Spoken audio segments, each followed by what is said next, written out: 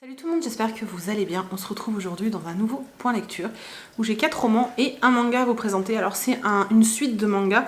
J'avais dit que je le ferais plus, mais en fait vous êtes pas mal à m'avoir demandé ce que je pensais de ce tome là, étant donné que c'était une saga qui devait être terminée mais qui finalement a été prolongée. Voilà. Donc le manga dont je vous parle, il s'agit de Orange, le tome 6, donc de Ichigo Takano, voilà, aux éditions Akata. Donc normalement effectivement la saga devait s'arrêter aux 5 premiers tomes. Apparemment les fans ont demandé une suite et la mangaka s'est exécutée. Alors je trouve la couve très jolie avec tous ces cerisiers en fleurs là, c'est vraiment très très beau. Alors pour moi personnellement, c'est pas un tome qui est indispensable. Si vous voulez vous arrêter au tome 5, vous pouvez vous arrêter au tome 5, il n'y aura pas... Il n'y a pas de révélation folle hein, dans ce tome-là, c'est pas vrai du tout. On va surtout suivre un autre personnage que ceux du tome 1. Enfin, un des personnages qu'on suit dans les 5 premiers tomes, mais là on va être plus axé sur lui. Je peux pas tellement dire plus parce que je vais spoiler tout le monde. Mais très sincèrement, c'est un bon moment de passer, c'est sympa de retrouver des personnages. Maintenant, l'angle et le point de vue sont un peu différents du reste de la saga. Va y avoir un tome 7, hein, d'après ce que j'ai compris, donc moi je pense que je continuerai. Maintenant, j'aime beaucoup moins cette suite que les 5 premiers tomes. Donc très sincèrement, pour moi c'est pas un indispensable. Maintenant, si vous aimez énormément cette saga, ça sera qu'un plus. Voilà. Je peux pas vous dire grand chose de plus parce que le problème c'est que je risquerais de vous spoiler à mort. Pour ceux qui connaissent pas Orange, en fait on suit un groupe d'amis qui chacun va recevoir une lettre de son moi futur visant en fait leur moi futur, leur envoyer un courrier pour les aider à sauver quelqu'un. Voilà, c'était vraiment la trame des 5 premiers tomes. Et puis bah, ça se terminait, on avait vraiment le fin mot de l'histoire, mais il y avait un peu l'idée de que sont devenus les personnages. Et là c'est oui et non, ça répond oui et non à cette question de que sont devenus les personnages. Maintenant voilà, ça reste un plus, c'était sympa, c'était pas complètement dingue, mais ça restait sympa, mais j'ai quand même vachement préféré ces 5 premiers tomes, et pour moi celui-là était franchement loin, mais loin d'être indispensable. On va maintenant passer au roman, et je vais d'abord vous parler de Sous les étoiles silencieuses de Laura McVeigh.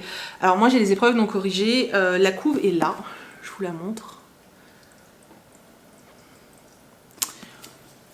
Voilà, qui est un livre qui m'a plu. J'ai passé un bon moment, mais alors je m'attendais pas du tout à ça en fait. Donc on suit une jeune fille, Afsana, qui a 15 ans et qui est dans un train avec sa famille.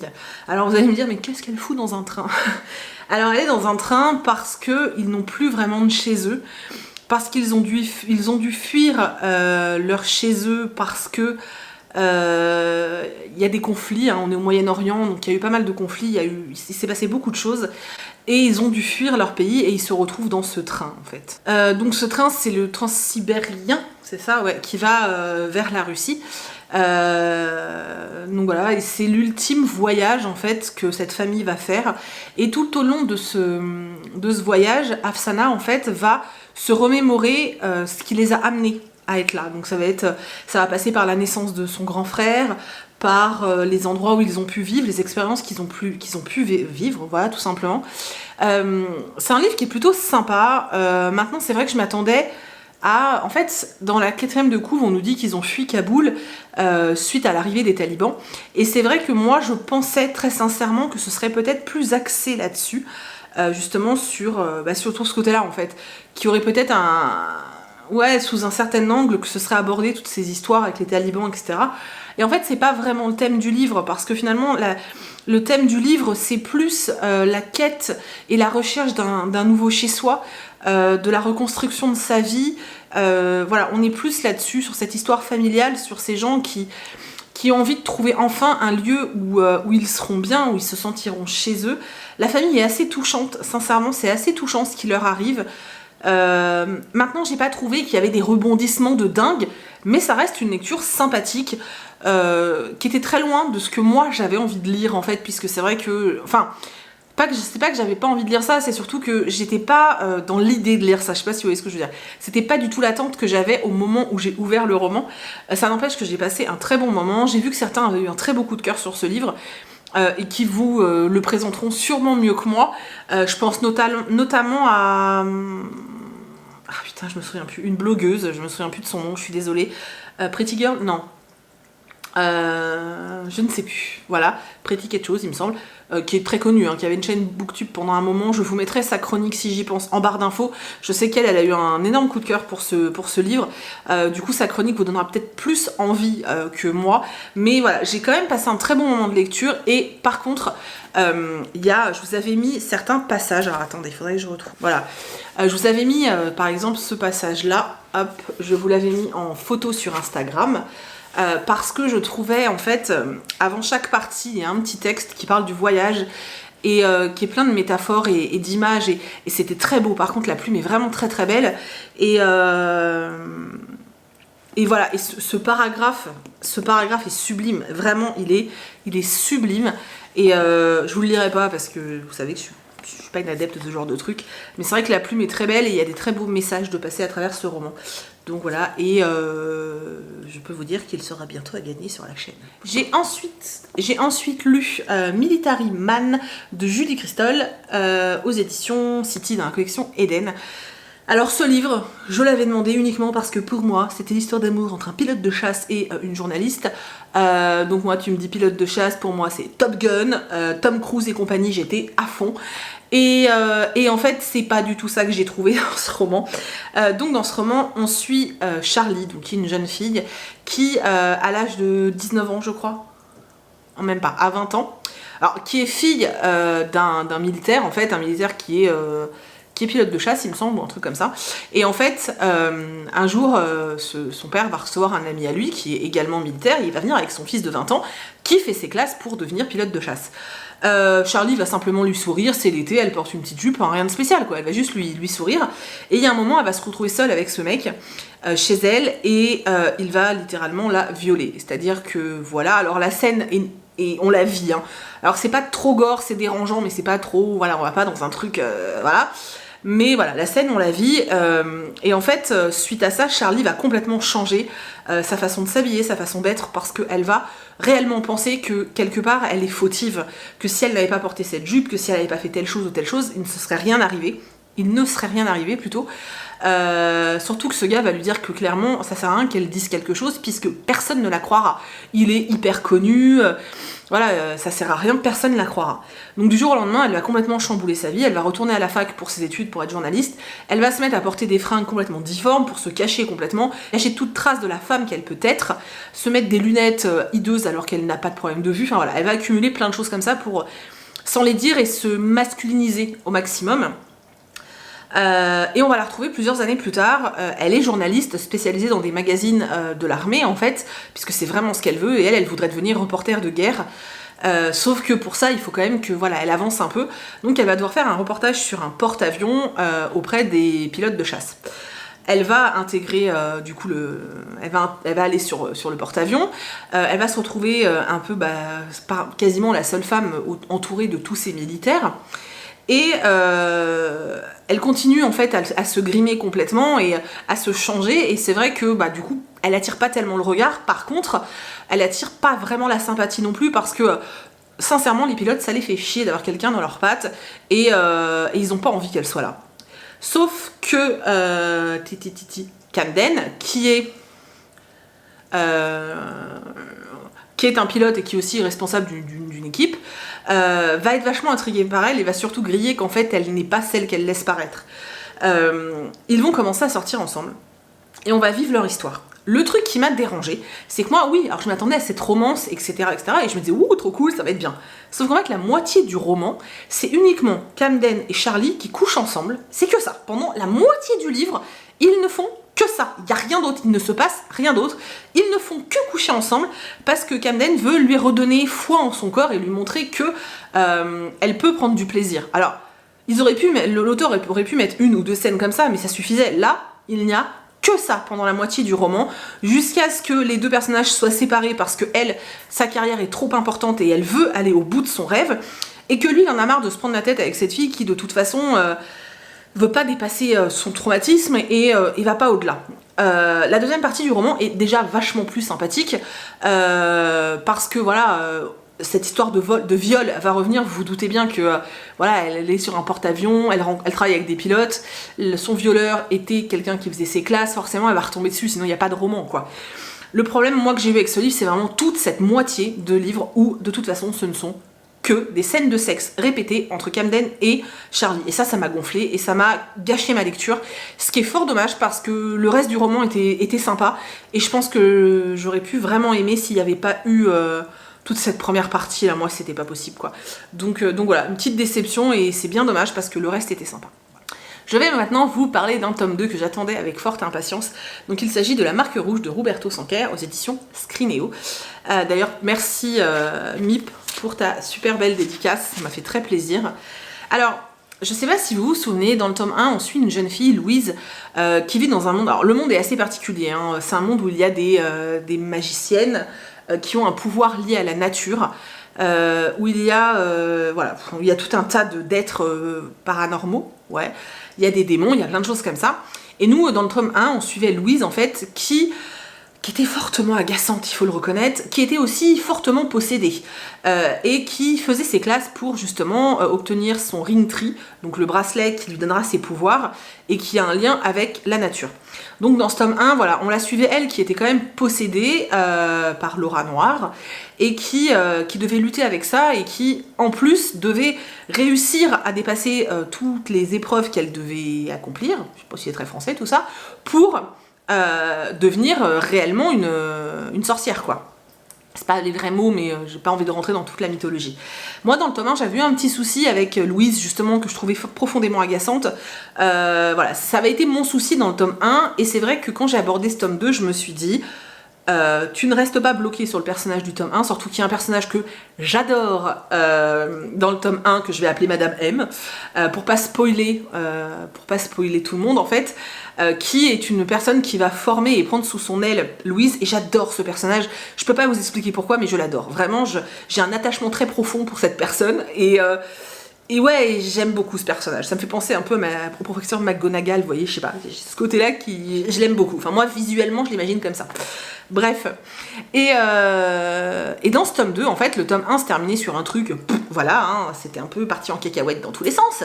Et là, on est directement dans la suite. Donc, si vous n'avez pas lu L'aura noire, lisez pas La Marque Rouge, hein, parce que pour le coup, vous allez rien comprendre. Donc, on retrouve Louise et ses amis. Et Louise a évolué. Ses amis aussi, et leur rapport a complètement changé, ce qui fait que la dynamique de groupe qu'il y avait dans entre ces jeunes filles, qui pouvait parfois être agaçant parce que Louise faisait pas mal de boulettes, et en fait, du coup, les autres lui en voulaient, elle comprenait pas pourquoi on lui en voulait, donc il y avait pas mal de chamailleries dans le premier tome. Là, du coup, comme elles ont quand même atteint un stade au-dessus au niveau de leur pouvoir, au niveau du devoir qu'elles ont aussi maintenant, ça a vachement changé, et du coup c'est vachement agréable. Je trouve que moi en tout cas j'ai vraiment préféré ce tome là, peut-être parce qu'il y a aussi des gens qui ont la marque rouge, et qui sont, c'est pas des zombies, mais voilà, où leur comportement pourrait un peu se rapprocher de ça, et j'ai vachement aimé. J'ai trouvé que le tome était vachement plus dynamique, il se passait, dans le tome 1 il se passait plein de trucs aussi, mais là c'est plus, on bouge plus en fait, il y a moins de temps mort, on est moins dans le truc, voilà, c'est vachement cool. J'ai vraiment beaucoup aimé ce tome 2, j'ai pris beaucoup de plaisir à le lire, et ouais, j'ai vraiment beaucoup aimé en fait, j'ai vraiment préféré ce tome là. Vu la fin, je suppose qu'il y en aura un autre, n'est-ce pas Roberto, et je me dis s'il est encore mieux, enfin si ça monte comme ça, c'est cool, c'est vraiment cool si ça continue à monter comme ça. Au niveau de l'histoire, je l'ai trouvé super chouette. Il y a juste eu un petit truc entre justement toutes les futures sorcières, elles sont 13. Ce qui est un peu compliqué peut-être parfois, c'est qu'en fait vous avez d'un côté les filles, donc elles sont 13, et vous avez d'un autre côté les garçons. Les deux normalement ne doivent pas avoir de rapport entre eux, puisque ils doivent rester célibataires les uns et les autres, ce qui fait qu'on a quand même beaucoup de personnages, et il y a des moments où j'étais, attends, c'est laquelle celle-là déjà? Ça peut-être être un peu, des fois, déstabilisant, mais en même temps, c'est pas vraiment les personnages principaux, donc c'est pas vraiment gênant. J'aime bien les adultes dans ce tome, j'aime bien leur place, et j'aime bien la place que prend un personnage masculin en particulier. J'ai trouvé ça plutôt cool. Maintenant, il y a juste un petit truc, c'était justement l'histoire des garçons et des filles qui sont séparés, et qui qui en fait là se retrouvent ensemble parce qu'ils doivent faire quelque chose en commun, et du coup il y a des petites romances qui apparaissent. Alors on n'est pas axé du tout sur les romances, on n'est pas braqué là-dessus, c'est pas... voilà, ceux qui n'aiment pas la romance, n'ayez pas peur, on n'est pas braqué là-dessus. C'est juste que certaines des filles vont commencer en fait à donner beaucoup d'importance finalement à ces histoires avec les garçons, et un peu plus qu'à leur mission. Alors sur le coup, quand j'ai commencé à lire le truc, je me suis dit « Oh putain, non, c'est pas possible et tout ». Et puis en fait, après je me suis dit « Mais en même temps, c'est des gamines de 15-16 ans quoi. Donc c'est des ados, donc en fait c'est normal. Enfin je veux dire, voilà, c'est normal. Finalement c'est normal. » Et quand je suis passée, voilà, quand je me suis dit ça, je me suis dit « Bon vas-y, laisse-les faire leur petite gaminerie de leur côté, parce que finalement c'est de leur âge. » Voilà. En tout cas pour moi c'est un très bon tome, j'ai passé un très bon moment de lecture. Et j'ai hâte d'avoir la suite, même si je sais que bah, ça demande du travail, hein. Mais parce que si vous me dites, si Roberto m'annonce qu'il n'y a pas de suite, je vais pas comprendre là, c'est pas possible. Puis bon, toujours un aussi beau travail éditorial, c'est magnifique. Il est vraiment très beau encore ce livre, et il est très bon. Voilà. Et le dernier livre dont je vais vous parler, il s'agit de Tourmente, le tome 2 de la saga Les Écorchés de Tidie Cole. Donc, si vous avez vu mon point lecture de la semaine dernière, vous avez dû voir que j'ai un problème d'addiction à cette saga. J'ai reçu ce livre, je l'ai bouffé littéralement. C'est la suite directe, c'est-à-dire qu'on rencontre certains personnages dans le tome 1, qu'on va retrouver là, en l'occurrence Talia, qui est la sœur du gars, enfin de Lucas en fait, du premier du tome 1 en fait. Du gars qui avait été kidnappé et tout dans le tome 1. Donc là, on suit sa sœur et on suit un autre jeune homme qui a été enlevé à sa naissance. Et alors lui, c'est encore pire. Enfin, à sa naissance, non. Quand il avait 8 ans, il me semble. Et en fait, lui, c'est encore pire parce que... alors, le premier avait été mis dans un goulag et forcé à faire des combats à mort. C'était dans le tome 1. Et là, le personnage qu'on retrouve, son numéro, c'est quoi? Je sais plus. 221. Lui c'est pire parce qu'en fait depuis qu'il a 8 ans on teste sur lui des drogues de soumission et d'obéissance.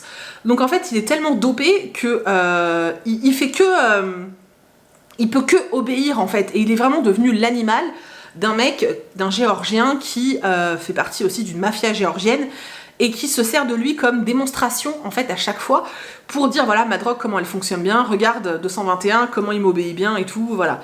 Sauf que 221 il va se retrouver auprès de la Bratva, je vous dis pas trop comment, et il va rencontrer Talia, et nous on va suivre la romance entre Talia et 221, une romance qui n'a absolument aucune raison d'exister à la base et qui normalement ne devrait pas vivre au-delà de tout ça. Et j'ai encore vachement aimé, quoi, je sais pas, ce côté super sombre de la Bratva russe, ces histoires de goulag et tout, je sais pas pourquoi, sincèrement je sais pas pourquoi, voilà, mais j'adore. C'est sombre, c'est dérangeant, mais j'adore. Voilà, je vous l'ai déjà dit dans le premier, quand je vous ai parlé du premier, c'est une saga qui est hyper addictive, qui est super sombre, mais qui, sincèrement, vous allez avoir du mal à la lâcher, quoi. J'ai adoré, j'ai adoré, j'ai adoré. Au moment où je vous tourne cette vidéo, j'ai déjà lu le tome 3. Et je vous en parlerai bientôt dans une autre vidéo. Mais j'ai adoré le tome 2, j'avais adoré le tome 1, j'ai adoré le tome 2. Voilà, trop bon. J'ai du mal à assumer hein, le fait d'aimer autant une saga aussi sombre. Mais je kiffe, c'est comme ça. Donc voilà, c'en est tout de ce point lecture, j'espère vraiment, comme d'habitude, qu'il vous a plu. N'hésitez pas à me dire dans les commentaires si certains de ces livres vous tentent, si vous les avez déjà lus, ce que vous en avez pensé. Est-ce qu'il y en a qui finalement ont craqué pour cette saga? Dites-moi, si je sais qu'il y en a plusieurs qui ont commandé le tome 1, dites-moi si vous l'avez lu et si du coup vous avez aimé, ou si vous êtes comme moi en mode mais pourquoi j'aime, genre j'adore mais pourquoi, tu vois? Dites-moi, je me sentirai moins seule. Voilà, donc comme vous avez vu, 2 lectures plutôt moyennes et 2 plutôt très bonnes, donc c'est plutôt chouette. J'espère que ça va continuer comme ça, voilà. Je vous fais plein de très gros bisous, j'attends de lire vos commentaires avec forte impatience et je vous dis à demain dans une prochaine vidéo. Salut!